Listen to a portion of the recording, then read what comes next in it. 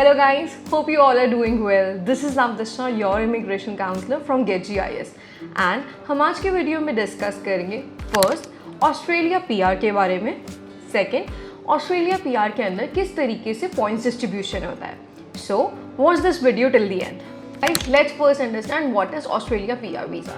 So guys, अगर आप Australia के अंदर 5 साल तक रह रहे हैं तो during that 4 years of duration आप ऑस्ट्रेलिया PR वीज़ा के लिए अप्लाई कर सकते हैं. And after the application process आपके यहाँ पे कुछ फैक्टर्स होते हैं जो देखे जाते हैं कि आप वेदर एलिजिबल हैं ऑस्ट्रेलिया PR वीज़ा के लिए या नहीं. एंड ऑस्ट्रेलिया PR वीज़ा के काफ़ी सारे सब क्लासेस होते हैं like 189 visa, 190 visa, 188 visa. But जो मोस्ट प्रोमिनेंट वीज़ाज होते हैं of Australia PR visa that is 189 visa and the other one is 190 visa.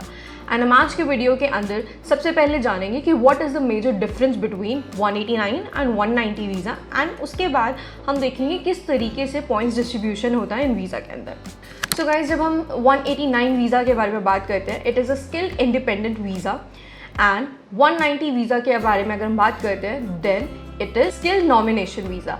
जो मेजर डिफरेंस है इन दोनों वीज़ाज़ के अंदर वो ये है कि 189 वीज़ा के अंदर आपको कोई भी स्पॉन्सरशिप लेने की ज़रूरत नहीं होती, वेयरएज इन 190 वीज़ा आपको स्टेट या टेरिटरी से एक छोटी सी स्पॉन्सरशिप लेनी पड़ती है जिसके बेसिस पे आपको वहाँ पे उनका PR मिलता है.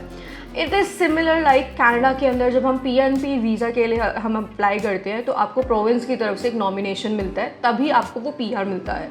एंड यहाँ पे भी यही होता है कि जब आप 190 वीज़ा के लिए जाते हैं तो आपको स्टेट या किसी टेरिटरी के थ्रू आपको वहाँ पे स्पॉन्सरशिप गेन करनी पड़ती है. And once you get the sponsorship of that particular state या टेरिटरी आपको कुछ टाइम के लिए उसी स्टेट के अंदर रहना होता है एंड वहीं पे वर्क करना होता है.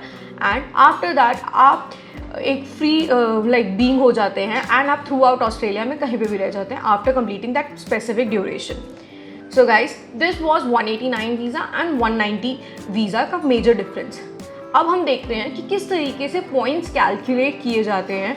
एंड सिंस 189 वीज़ा एक बहुत प्रोमिनेंट वीज़ा है एंड काफ़ी लोग इसी वीज़ा के लिए जाते हैं क्योंकि ये स्किल वर्कर्स के लिए यहाँ पे होता है, तो इसीलिए हम आज के जो पॉइंट डिस्ट्रीब्यूशन होएगा हम 189 के बेसिस पे देखेंगे.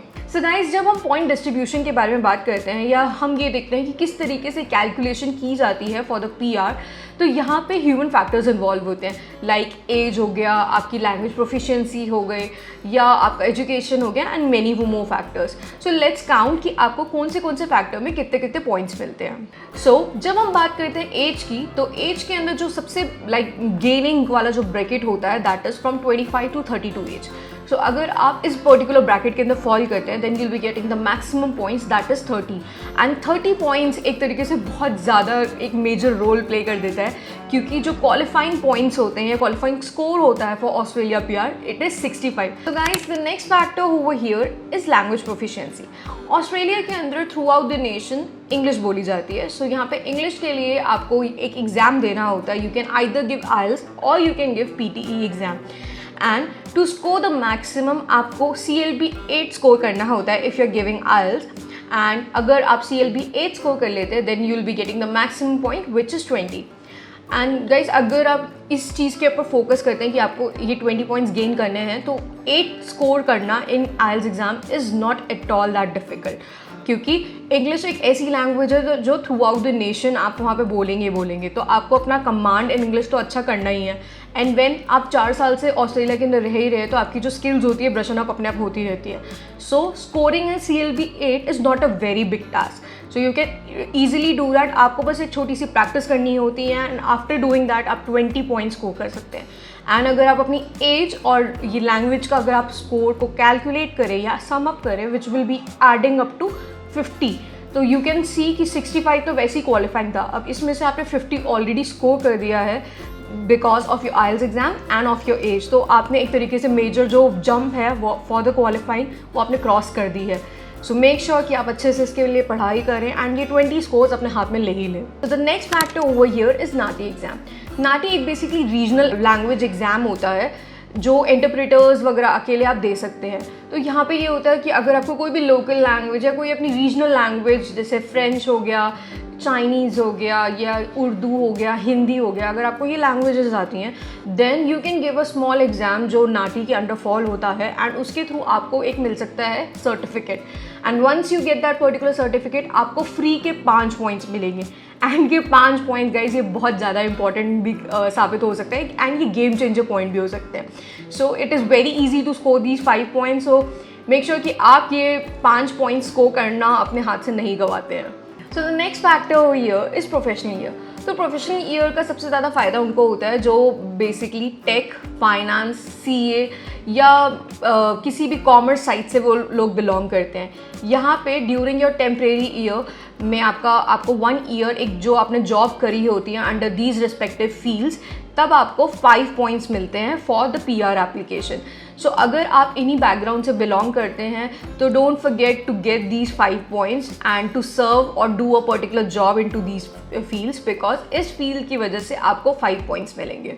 Next factor is regional area. So 2019 के अंदर बेसिकली होम अफेयर्स जो ऑस्ट्रेलिया की हैं वहाँ से एक लॉ पास हुआ था कि अगर आप रीजनल एरियाज़ के अंदर ही स्टडी वगैरह कर रहे होते हैं तो इस स्टडी की वजह से या इन पढ़ाई वगैरह की वजह से आपको वहाँ पे मिल सकते हैं 5 पॉइंट। गाइज ये फ्री के 5 पॉइंट्स है क्योंकि अगर आप क्वालिफिकेशन या एजुकेशन पर्पसेस में ही ऑस्ट्रेलिया वहाँ पे गए हैं so try selecting the regional areas. क्योंकि अगर हम एजुकेशन के बारे में बात करें ऑस्ट्रेलिया एक बहुत ज़्यादा होलिस्टिक कंट्री है, यहाँ पे हर रीजन की जो एजुकेशन है वो लगभग एक जैसी ही है। सो अगर आपको ये फ्री के 5 पॉइंट्स मिल रहे हैं in your PR so don't even try to miss these 5 points क्योंकि ये गेम चेंजर के रूप में भी आपको हो सकते हैं यहाँ पे। Moving forward to the next factor which is education. So education आपका एक मेजर रोल भी प्ले कर सकता है। अगर आपने बेसिकली बैचलर्स अपनी इंडिया से करी है एंड वो इंस्टीट्यूशन अगर ऑस्ट्रेलिया के अंदर ऑथराइज्ड है या रिकग्नाइज इंस्टीट्यूशन है under Australia's government rules and regulation, then for that particular bachelor's degree you will be getting 15 points. And अगर आपने मास्टर्स विद इन 2 years अपने ऑस्ट्रेलिया के अंदर ही कंप्लीट कर दिया देन आपको मिलेंगे 5 points. So in like if we sum up तो ये आपकी एजुकेशन की वजह से आपको मिल सकते हैं 20 points. So let's talk about the next factor which is previous work experience. So work experience के अंदर आपके दोनों वर्क एक्सपीरियंस काउंट होंगे।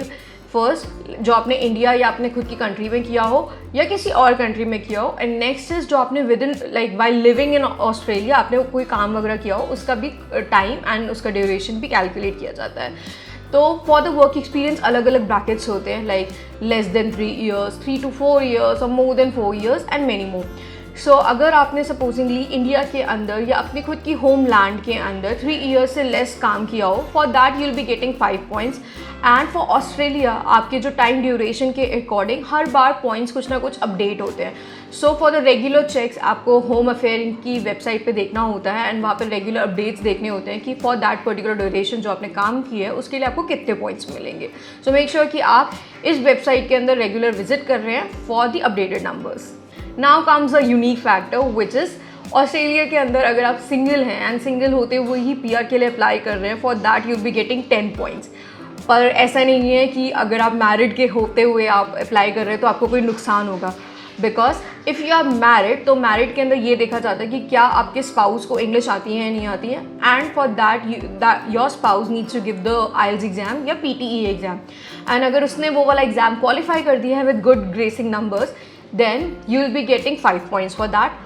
Other factor is आपके स्पाउस का एजुकेशन क्वालिफिकेशंस। तो अगर उन्होंने मिनिमम एक बैचलर्स भी करी होगी तो उसके लिए भी उनको 5 पॉइंट्स मिलेंगे which again sum ups to 10 points. So चाहे आप सिंगल हो चाहे आप मैरिड हो you can earn these 10 points.